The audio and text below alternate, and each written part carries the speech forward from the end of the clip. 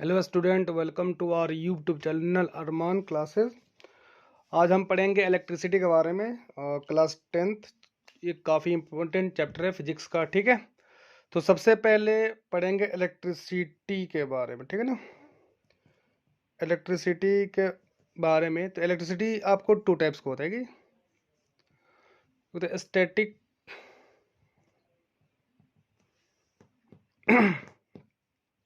Static हो गया और दूसरा होगा भाई काइनेटिक, ठीक है ना। स्टैटिक जो इलेक्ट्रिसिटी है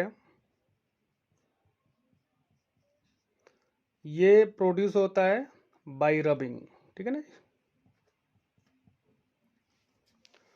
और काइनेटिक इलेक्ट्रिसिटी है ये प्रोड्यूस होता है, नाम सुना होगा जनरेटर आपने, उससे होता है, ठीक। इस चैप्टर में सबसे पहले हम बात करेंगे चार्ज की, ठीक है जी।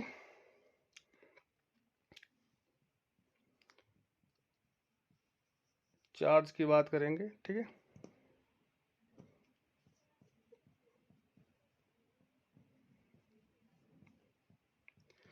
एक्चुअली में चार्ज क्या होता है, फिजिकल प्रॉपर्टी ऑफ मैटर होता है, ठीक है जी। और इसको हम डिफाइन करेंगे,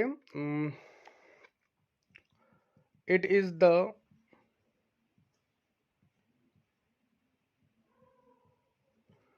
amount of energy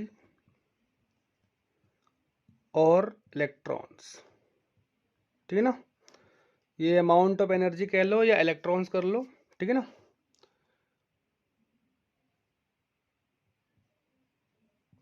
that passes through one body to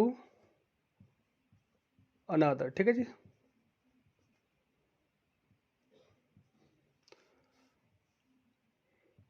by किससे, कंडक्शन, इंडक्शन और सम स्पेसिफिक मेथड से, ठीक है। ये हो गया, ठीक है, चार्ज के बारे में। अब चार्ज के बारे में और अगर पॉइंट आप लिखोगे, जो सबसे मेन पॉइंट है वो क्या है,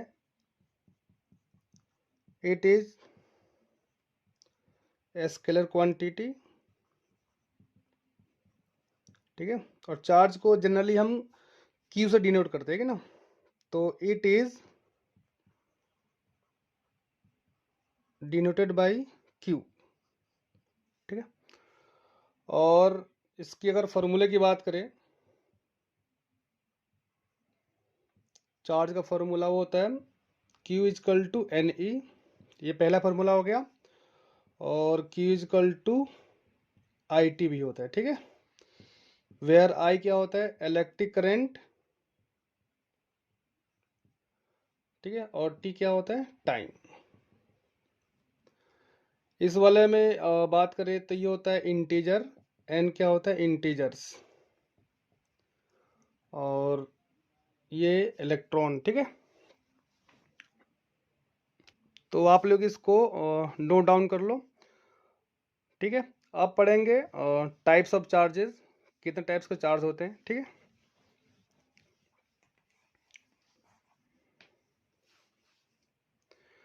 दो टाइप्स के चार्जेस होते हैं, ठीक है। एक होता है लाइक चार्जेस और दूसरा क्या होता है, अनलाइक चार्जेस, ठीक है। लाइक चार्जेस क्या करते हैं, like charges repel each other, ठीक है ना। अनलाइक चार्जेस क्या करता है,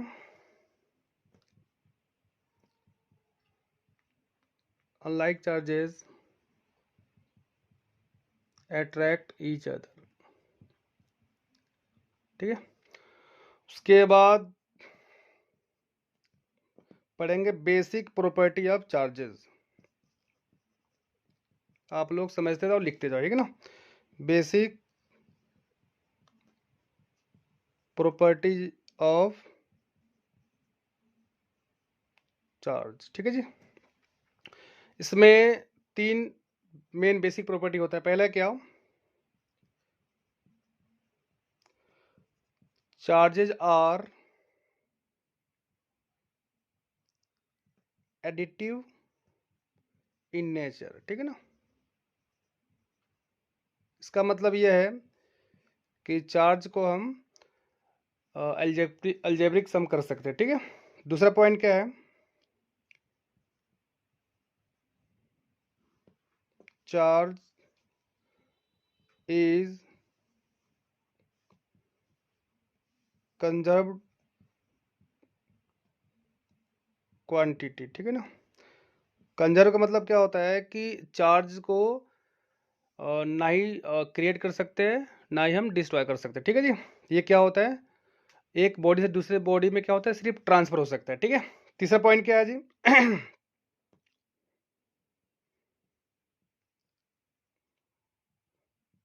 क्वांटाइजेशन ऑफ चार्ज, ठीक है ना। ये क्या होता है कि जो इलेक्ट्रॉन में जो चार्ज होता है ना, इलेक्ट्रॉन में जैसे चार्ज -1.6 इंटू 10⁻⁻19 कूलम, ये जो होगा ना चार्ज, ये हमेशा क्या होगा, इंटीग्रल मल्टीपल्स होगा। जैसे इस चार्ज को आप या तो 0 से मल्टीप्लाई कर लो, आप है कि ना, या इस चार्ज को आप -1 से मल्टीप्लाई कर लो, या इसी चार्ज को आप -2 से मल्टीप्लाई कर लो, ठीक है ना। मतलब कि इंटीजर के अलावा कोई और नंबर से मल्टीप्लाई करोगे तो वो क्या होगा, क्वांटाइज नहीं होगा, ठीक है। तो ये आप लोग अच्छे से नोट कर लो, ठीक है। आप लोग नोट कर लो।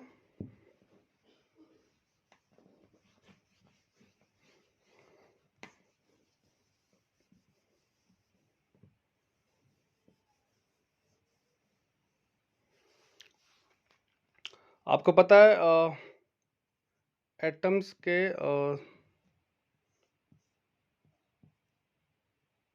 3 सब पार्टिकल्स होते हैं ना, इलेक्ट्रॉन, ठीक है, प्रोटॉन हो गया और न्यूट्रॉन हो गया। इसका क्या मतलब है, इलेक्ट्रॉन पे कितना चार्ज होता है, -1.6 इंटू 10⁻19 कूलम। प्रोटॉन में कितना होता है, +1.6 इंटू 10⁻⁻19 कूलम। और न्यूट्रॉन क्या होता है, चार्जलेस होता है, 0 कूलम होता है, ठीक है। तो क्वेश्चन आता है एक कि Y atom is electrically neutral, ठीक है। एटम जो होता है वो इलेक्ट्रिकली न्यूट्रल क्यों होता है, ठीक है। तो आपका आंसर यहीं से मिल जाएगा। देखो, इलेक्ट्रॉन पे जितना चार्ज है, प्रोटॉन पे उतना ही चार्ज है कि ना। मैग्नीट्यूड सेम है लेकिन डायरेक्शन, ठीक है ना, मैग्नीट्यूड सेम है लेकिन इसका साइन अलग अलग है। अगर ऐड करेंगे तो ये क्या होगा, ये दोनों जीरो हो जाएगा, और ऑलरेडी न्यूट्रॉन क्या है, जीरो है, इसलिए क्या होता है, न्यूट्रल। क्या होता है जी, न्यूट्रल होता है। ये इंपॉर्टेंट क्वेश्चन है, ठीक है। उसके बाद चार्ज के बारे में अगर हम बात करें तो 1 इलेक्ट्रॉन पे चार्ज कितना होता है, 1.6 इंटू 10⁻⁻19 कूलम, ठीक है ना। ठीक है, तो हम कह सकते हैं कि 1.6 इंटू 10⁻⁻19 कूलम जो होता है वो एक इलेक्ट्रॉन के इक्विवेलेंट होता है, मतलब बराबर होता है, ठीक है ना। तो अगर हमें निकालना हो 1 कूलम में कितना इलेक्ट्रॉन होगा, तो क्या करेंगे, 1 अपॉन ये चीज़ आके इधर डिवाइड करेंगे, ठीक है। तो ये हो जाएगा 1.6 इंटू 10⁻⁻19 कूलम, ठीक है जी। ये हो जाएगा इलेक्ट्रॉन इतना। इसको हम सॉल्व करेंगे, चलो यहाँ सॉल्व कर लेते हैं। यह है 1/1.6 इंटू 10⁻⁻19 इलेक्ट्रॉन, ठीक है। अब ये 10⁻⁻19 ये ऊपर जाएगा तो कितना हो जाएगा 1/1.6 इंटू 10⁻19, ये पावर पॉजिटिव हो जाएगा, ठीक है। इतना इलेक्ट्रॉन जो है कितने 1 कूलम में। अब देखो पॉइंट हटाओ, अब ये हो जाएगा ऊपर 10 और इसमें से एक और 10 इधर कर लेते, ये हो जाएगा कितना 100। 10 इंटू 10 कर लो, ये हो जाएगा कितना 16 इंटू कितना हो जाएगा, ये 10⁻19 था तो एक 10 हमें यहाँ निकाल लिया, ये हो जाएगा 10⁻18, ठीक है। अभी इसको सॉल्व कर लीजिए आप,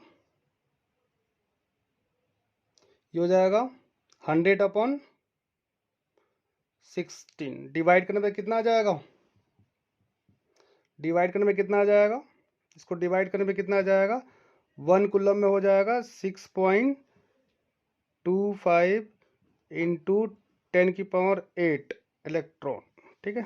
ये एक नंबर वाला क्वेश्चन में आता है, ठीक है। आप बताना कि 1 कूलम में कितना इलेक्ट्रॉन हो जाएगा 6.25 इंटू 10⁸ इलेक्ट्रॉन, ठीक है। ये याद कर लो, ठीक है जी। एक तो आपको याद होनी चाहिए कि 1 इलेक्ट्रॉन पे कितना चार्ज होता है, इतना चार्ज होता है, ठीक है। और दूसरा कि एक चार्ज में मतलब 1 कूलम में कितना इलेक्ट्रॉन होता है, ये आपको याद होना चाहिए। तो आप लोग इसको नोट डाउन कर लीजिए, ठीक है। उसके बाद अभी तक हमारे पास 2 फॉर्मूला है।